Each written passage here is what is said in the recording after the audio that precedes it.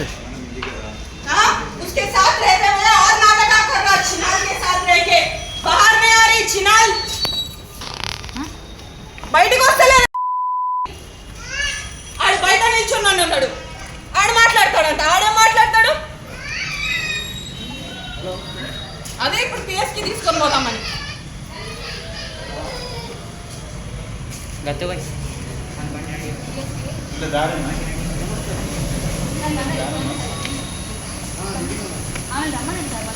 चिनाल फैलकी दूसरों के घर बर्बाद कर रही चिनाल। हाँ, ये घर में पैसा दिया भाई तुम लोग रेंट को भी मियाँ बीवी बोले तो किसको भी लेते थे रेंट पर? हाँ, पूछे नहीं तुम लोग डॉक्यूमेंट क्या है क्या नहीं?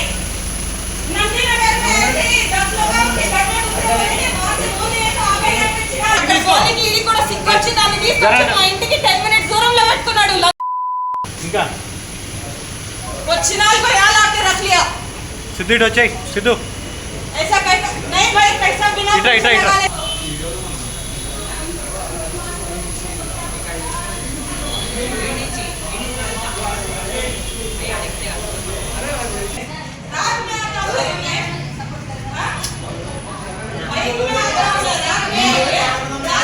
శ్రీరామ్ భారత్ మాతకి జై. ఈరోజు మన సిస్టర్ తన కీర్తి, ఆ అమ్మాయి చాలా సంవత్సరాలుగా ఇక్కడ వంచబడింది. 10 సంవత్సరాల కిందట పెళ్లి చేసుకున్న ఒక పాకిస్తానీ ముస్లిం తన్ని ఈరోజు విడిచిపెట్టి వేరే అమ్మాయిని మళ్ళీ పెళ్లి చేసుకుందామని అమ్మాయిని డైవోర్స్ అడుగుతూ ఉన్నారు.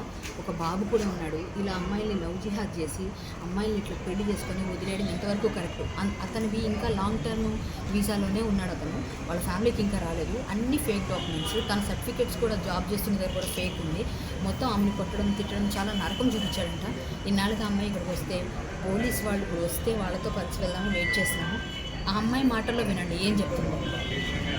నమస్తే అండి, నా పేరు కీర్తి. నేను 24/7లో పనిచేసేటప్పుడు ఈ అబ్బాయిని కలిసినప్పుడు నేను ఆల్రెడీ పెళ్ళయి నాకు అప్పుడే డివోర్స్ కూడా అయిపోయింది. అయినా వీడు నన్ను లోడ్ చేసి నేను చూసుకుంటా అది చేస్తా ఇది చేస్తానని చెప్పేసి నాకు ధైర్యం ఇచ్చేసి నాతో పెళ్లి చేసుకున్నాడు. అప్పటికి వాడు పాకిస్తానీ అది ఇది అని కూడా ఏమీ చెప్పలేదు. కాకపోతే తర్వాత పెళ్లి చేసుకుని నన్ను బాగా హింసించాడు. నా డబ్బులు కావాలి, నా పైసలు కావాలని చెప్పేసి ఆస్తి తీసుకొని రా అది ఇది అని చెప్పేసి కూడా బాగా కొట్టేవాడు. నువ్వు నా మాట వినట్లేవు, నువ్వు ఎట్లయినా ముస్లిం అయిపోవాలి, నువ్వు ముస్లింగానే ఉండాలి అది ఇది అని చెప్పి నాకు ఫోర్స్ఫుల్గా కన్వర్ట్ చేశాడు.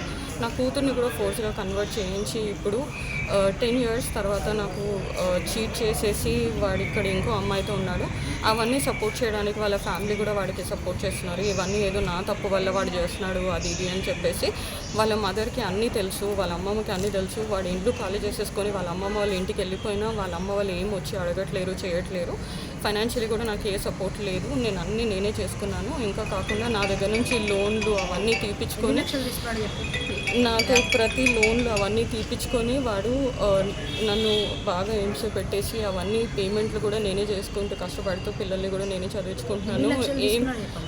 నేను ఆల్రెడీ వాడికి 10 lakhs ఒకసారి లోన్ తీసి ఇచ్చాను, మళ్ళీ ఇంకోసారి 10 lakhs లోన్ కూడా ఇచ్చానండి. ఇంట్లో అన్ని ఖర్చులు నేనే చూసుకుంటాను, రేషన్ దగ్గర నుంచి అన్నీ నేనే చూసుకుంటున్నానండి. ప్లీజ్ నాకు ఎట్లయినా హెల్ప్ చేసేటట్టు చూడండి. వాడి డాక్యుమెంట్స్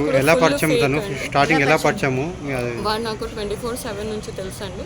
24/7లో పనిచేశాడు. అప్పటికి వాడి దగ్గర ఆధార్ కార్డు అవన్నీ వాడి దగ్గర అప్పటికి ఉంది కాబట్టి వాడు ఒక ఇండియన్ అని మనకు తెలుసు.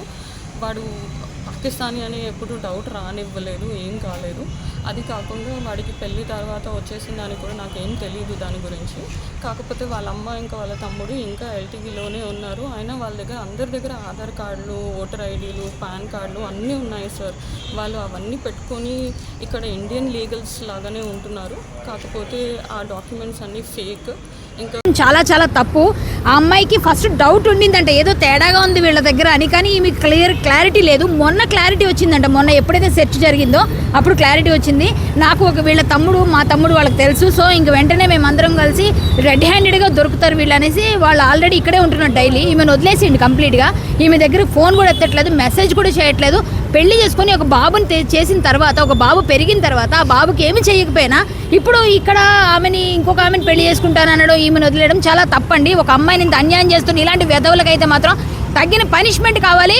గట్టిగా పనిష్మెంట్ కావాలి. అందులోనూ ఇండియన్ అని చెప్పేసి ఇట్లా మోసం చేయడం చాలా చాలా పెద్ద మోసం. ఎన్ని మోసాలు ఉన్నాయి అన్ని మోసాలు చేసేసాడు, అన్ని రకాలుగా చేశాడు. డబ్బులు తీసుకున్నాడు, సర్టిఫికెట్లు ఫేక్ తీసుకొచ్చాడు, ఫేక్ ఆధార్ ఫేక్, అన్ని ఐడెంటిటీస్ కూడా ఫేక్. ఇలాంటి మోసగాళ్ళని ఖచ్చితంగా తరిమి ఇండియా నుంచి కొట్టి పంపించాలి. ఇగో ఈ అమ్మాయికి అయితే మాత్రం న్యాయం జరిగే వరకు ఒప్పుకోమండి. పోలీసులు కూడా మేము ట్రై చేసి అన్ని జ్యూరిడిక్షన్స్ అటు ఇటు తిరిగి లాస్ట్కి ఇంకా మేమే ఇంకా ప్రెస్ వాళ్ళందరూ వచ్చిన తర్వాత పోలీసులు వచ్చారు. వచ్చిన తర్వాత వెళితే ఇలా జరిగింది. మొత్తం అంతా ఇది చాలా చాలా ఫేక్ జరిగింది ఈ అమ్మాయి విషయంలో.